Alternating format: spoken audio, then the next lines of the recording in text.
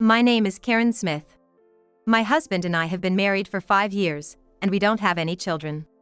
Initially, I really wanted kids and mentioned it to my husband, but he said with a kind smile, "Don't you think we should enjoy some more time just the two of us?" That made sense to me, so I ended up spending these 5 years as he suggested. Then, I received the shocking news that my childhood friend, Monica, had suddenly passed away. Monica and I were always together since we were kids, so her unfortunate news plunged me into deep sorrow. I contacted my husband to tell him about Monica and said that we should attend the wake right away. However, he said, "I'll go. You should prioritize your work." Actually, his words were really appreciated. I hold a quite important position, and taking time off work wasn't easy. "Thank you, I'm counting on you," I said, entrusting everything to my husband, but I kept being reminded of Monica even while working. It was around the time I got married. Monica revealed that she was pregnant with her then boyfriend's child. Monica, who wasn't married and was dedicated to her job, brightly said she wouldn't marry but would bravely be a single mother when I asked about her plans. But isn't it extremely tough to raise a child alone? If I get married, I won't be able to focus on my job. But still, isn't raising a child alone just as demanding, if not more? I'd rather that than have my time taken by a husband. She firmly refused to reveal the father's identity. 10 months later, Monica gave birth. As someone without children, I visited Monica's condo countless times to see the little angel. Sometimes, my husband even picked up her child from daycare when Monica couldn't make it in time. There were times when the child fell sick, and whoever could take leave would care for the child. Of course, Monica's parents helped too, but my husband and I often took the lead in taking care of the child. That's why I couldn't think of Monica's son, Hayden, as just someone else's child. I wonder if everything's okay. I left it to him, but there's probably a lot to do at a funeral. There must be many things that need help.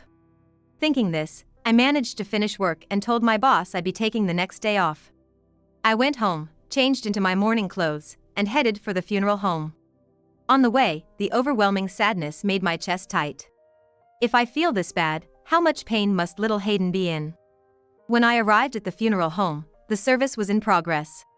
I looked for my husband, but he was nowhere to be seen. Where could he be? Then, I froze in shock.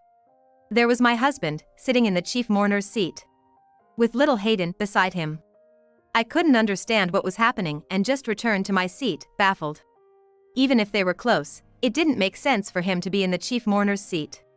Was he sitting there because the child was anxious? But even with Monica's parents present, it seemed odd for him to take such a role. What's going on? Why is he in the chief mourner's seat? As I watched my husband intently, he was embracing little Hayden's small shoulder. He occasionally wiped Hayden's tears and then his own, looking unmistakably like a husband who had lost his wife. Thinking back, my husband Stephen's way of interacting with Hayden did seem different from how one would with someone else's child. He always talked to him with tender eyes, as if cherishing his own son. He was the first to rush to the hospital when Hayden was born, often choosing baby clothes and gifts himself. He changed diapers more than once or twice. It was also Stephen who prepared and fed him milk. Watching my husband do all this, I thought he'd be a loving and great dad when we had our own kids. Yet, 2 years passed, and then 3, and Stephen still didn't want children between us. He always said, "Karen, you're in an important position, and you shouldn't neglect your work for kids." I believe that women, even if capable, should prioritize their career. He never changed his mind about children. Did Stephen not want kids with me? That thought haunted me.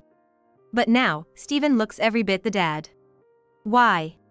The word affair involuntarily came to mind. If that was the case, when did it start? If Hayden is Stephen's child, then their relationship must have begun when we were married. Why? How? Questions swirled in my mind, making it hard to breathe. I approached Monica's coffin and spoke to her. "Monica, what's going on? What was your relationship with Stephen?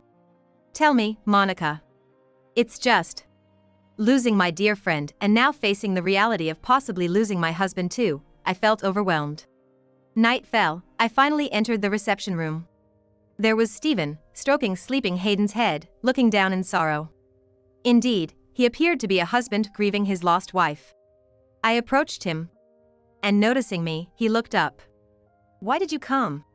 His voice was weak, almost accusing me of being there. I've been here the whole time. Since the beginning. Really? I didn't notice. What's going on? What do you mean? Why were you in the chief mourner's seat? Stephen's gaze shifted from me to Hayden, stroking his head sadly. Poor kid. Losing his mom, such a small child sitting alone. True, but that didn't mean Stephen should have been there. Monica's parents are here. They should have been in that seat. It's strange for a stranger like you to sit there. You looked like Monica's husband. It doesn't matter what others think. That's not the point. That seat is for the chief mourner. You're my husband and just a friend to Monica, right? Why bring this up now? What? Is this really the time for this? She's gone, you know? Hayden's all alone now. He's not alone. Monica's parents are here. You just don't understand. Saying that, he hugged the sleeping Hayden, looking distressed.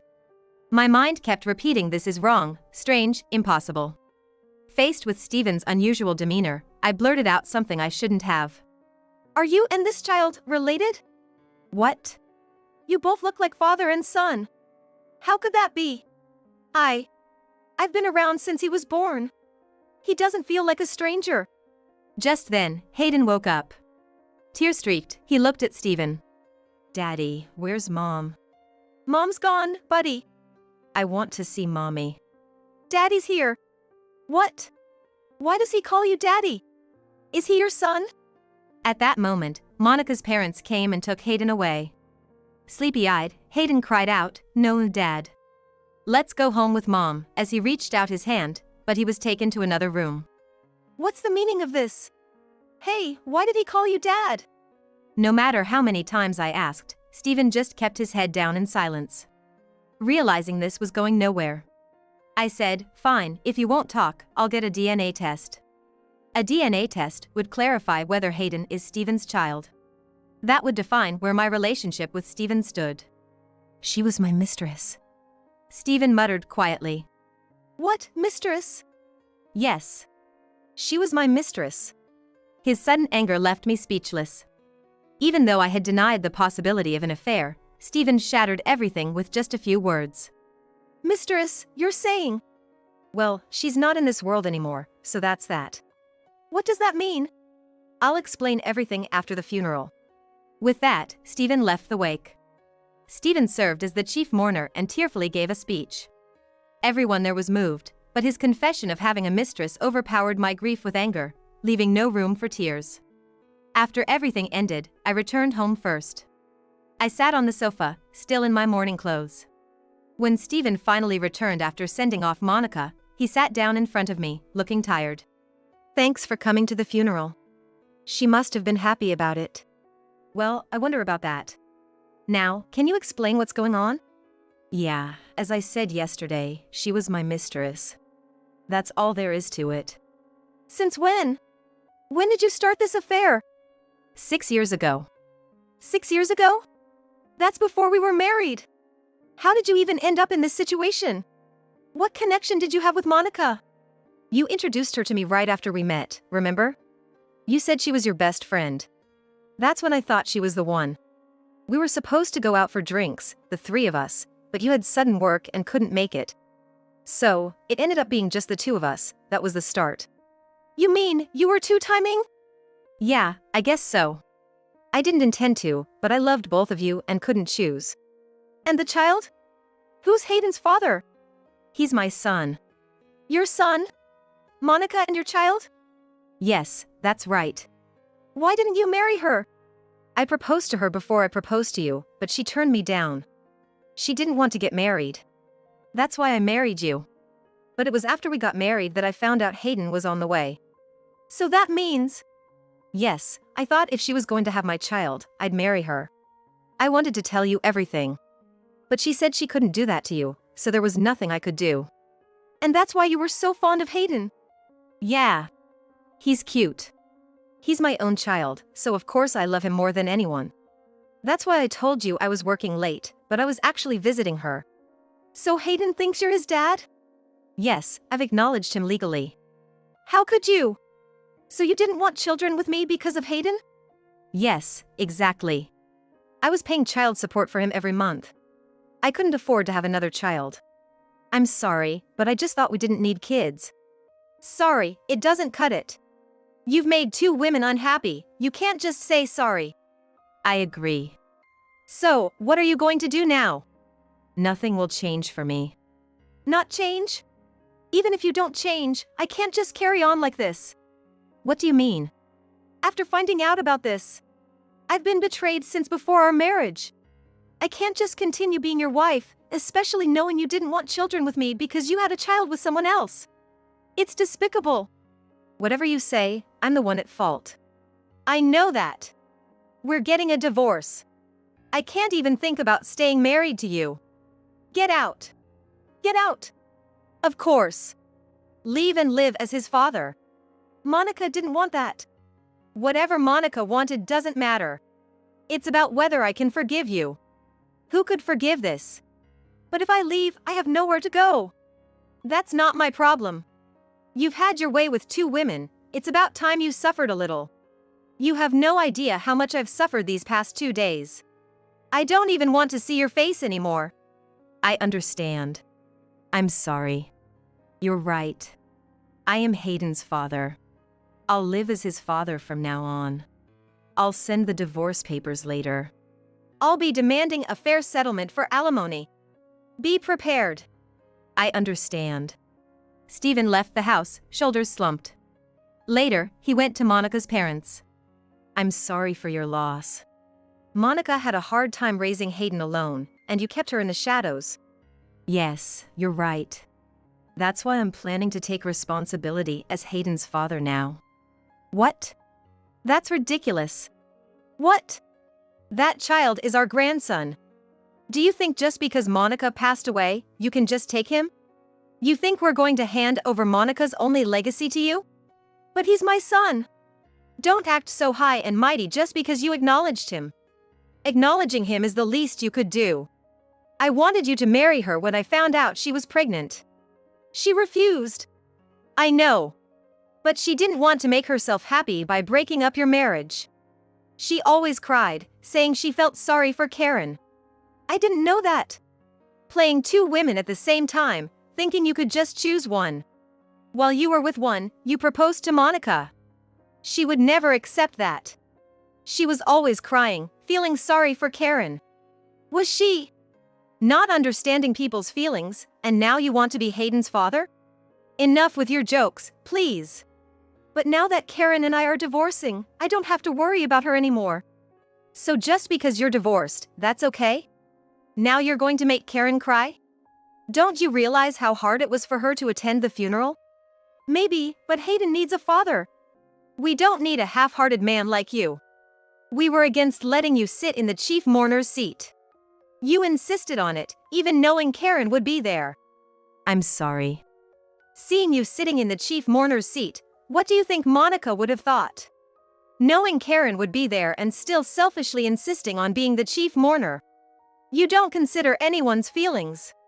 You just do whatever you want. But Hayden calls me Dad. Even if a small child calls you Dad, there's something called common sense. You were a stranger, you had no business sitting in that seat. But you kept insisting. Imagine how hard it was for us, losing our daughter and dealing with your stubbornness. I'm sorry. I thought I was doing the right thing. No, you weren't thinking of what was right, just being selfish. You never think about others, just imposing your own feelings. We can't trust Hayden with someone like you. We'll raise him. Just send the child support every month until he graduates from college. That's your responsibility as a parent. Can I see Hayden, please? There's no way I'd let you. You made Monica unhappy. I don't recognize you as his father. I see. You're right. Maybe I did make her unhappy. Not maybe, you did. Understood. I have one thing to ask. What is it? Did you really love Monica? Of course. I would have married her if I could. I see. Then show that love in action. In action? She struggled on her own without asking anyone for help. Balancing work and child-rearing was tough, and sure, she leaned on you and your wife's support occasionally. But what was even harder was the money. Raising a child alone costs a lot. Yet she never once asked her parents for help, working tirelessly, sparing no time for rest. That strain is what took her from this world. Was that the case? But I was paying child support every month. That wasn't nearly enough. She ended up in debt without us knowing. She was struggling that much. That debt will now fall on Hayden. What? He can just renounce the inheritance, can't he? How could you suggest such a shameful thing? If you renounce the inheritance, it would be a disgrace to Monica. If you truly loved her, you couldn't say that. Right. If you had lived together, none of this would have happened. Yes, you're right. So you need to pay off the debt left to Hayden. What? Not what? Of course, you should.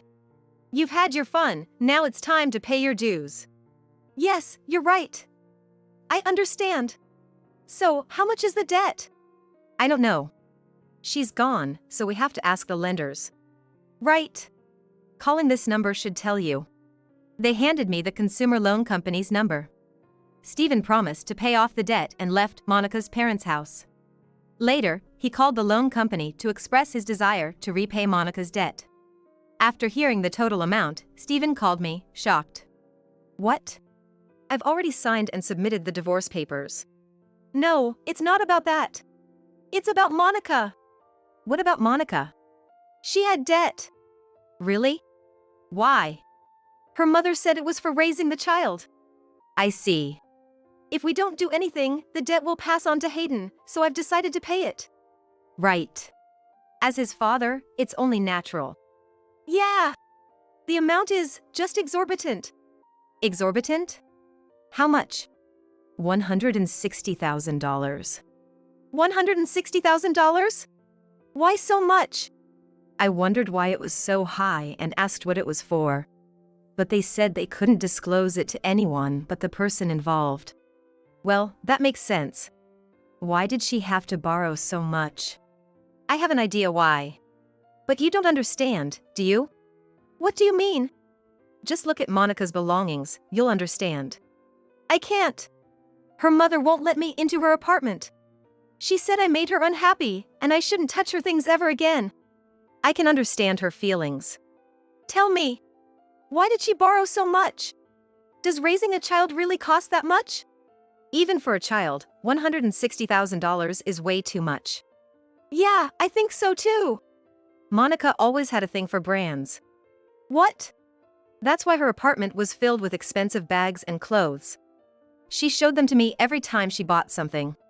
To afford all that, you need a lot of money. I had no idea. That's why she said she didn't want to marry because she'd lose her financial freedom. Is that so? And she was big on impulse buying. Really? She often bought more for herself than for her child. I went shopping with her a few times. If she wanted something, she bought it immediately. I asked if it was okay not to buy things for her child, and she just laughed, saying second-hand stuff was good enough for kids who outgrow things so quickly. No way! I'm not lying. So, I have to keep paying for her extravagances? And child support too? That's not my problem. It's your own doing. But I never imagined her debt was for such things. Monica was a big spender and a show-off. Whenever we went out to eat, she always treated me, and we would go to fancy restaurants. I thought she had a good income because we always ate delicious food, so I happily accepted her treats. But it turns out, all that was on borrowed money. Classic Monica. Wait, does that mean some of her debt went to you indirectly? In a way. Then you should pay too. At least for what you benefited from her. Why should I have to pay? If Monica asked me to pay her back, I would, but she can't speak anymore, can she? Or are you going to bring her back from the afterlife? That's impossible. Then just give up. Oh, and I sent an invoice to your parents' house. What invoice? For the alimony from our divorce. How much? $600,000. For everything you've done, it hardly seems enough. I'm not satisfied, but well, it can't be helped. That's what the lawyer said. All that. With Monica's part, it's more than $2 million. Yes. But Monica's debt has nothing to do with me. You need to pay the $600,000 in full. That's impossible. That's not my problem. You owe me alimony for all the trouble you've caused. But it's for 6 years of marriage, including before we got married. Honestly, I should be asking for double. That's ridiculous. Then I should have stayed married to you. What? Too late for that. If we didn't divorce, there'd be no alimony, and we could have paid off the debt together. What are you talking about? I told you earlier. I've already submitted the divorce papers. That means you and I are officially strangers now. So, could you please stop contacting me? Don't say that. We could remarry, right? Don't joke around. You've done enough, now suffer the consequences. Karen, please help me. Hearing Stephen's pitiful voice, I finally felt satisfied hanging up the phone. Well, what happened next? To pay me in full, Stephen also went through a consumer loan company and borrowed $60,000. He thought borrowing from a bank would be better, but with the $160,000 he had to repay, the total amount becoming $220,000 didn't seem much different to him. As a result, he ended up with a debt of $220,000, plus a monthly child support payment of $1,000. He considered moving back to his parents' house to save on living expenses. But his parents wouldn't have it. They were furious that he had not taken responsibility for his secret child and caused me, his lawful wife, so much pain. He tried to take responsibility, but Monica's parents had refused him, and his parents didn't believe such a thing could happen. To cut down on his living expenses, he moved into a small, affordable studio apartment for around $400 a month. After moving, Stephen contacted me. Hey, I managed to rent a decent place. Want to come see? A studio apartment, huh? Well, that's probably just right for a single guy. But I didn't need to see it to know that next door was a cemetery. Which explained the low rent. So, he started living there, seemingly content. Besides his day job, he took on a night shift and worked extra on weekends. It turns out he hardly ever spends time in his apartment due to his busy schedule. Even with the cemetery next door, it didn't seem to bother him. When I saw him recently, he was terribly thin, a shadow of the man he used to be.